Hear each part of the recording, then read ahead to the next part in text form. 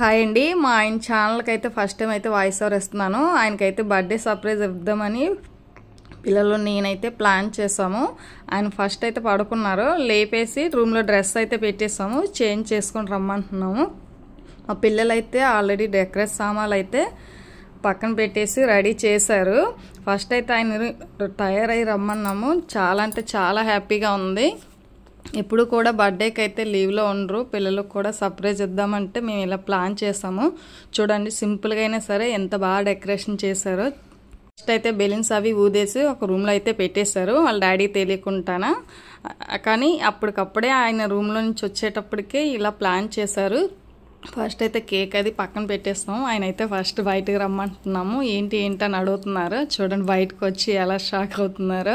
ఇదంతా ఎందుకమ్మా ఇప్పుడు అని అడుగుతున్నారు. కానీ మా పిల్లలు అయితే చాలా హ్యాపీగా ఉన్నారు. ఎందుకంటే వాళ్ళ డాడీతో ఎప్పుడు సరదాగా ఫ్రెండ్ చేద్దామన్నా సరే ఏ సందర్భం బేగా రాదనమాట. ఎప్పుడు లీవ్లో ఉండరు. మంచి లొకేషన్ అప్పుడు ఎక్కడికైనా వెళ్ళేటప్పుడు ప్రయాణాలప్పుడు అయితే పక్కన ఉండరు కాబట్టి వీళ్ళు ఫీల్ అవుతూ ఉంటారు. కానీ ఈ బర్త్డేకి అయితే చాలా హ్యాపీగా ఫీల్ అవుతున్నారు. మేము కూడా చాలా హ్యాపీగా ఉన్నాము. మేము అలాగే మా తమ్ముడు గారు పాప కూడా మొత్తం మేము నలుగురు ఇలా కేక్ కట్ చేసుకుంటున్నాము సింపుల్గానే.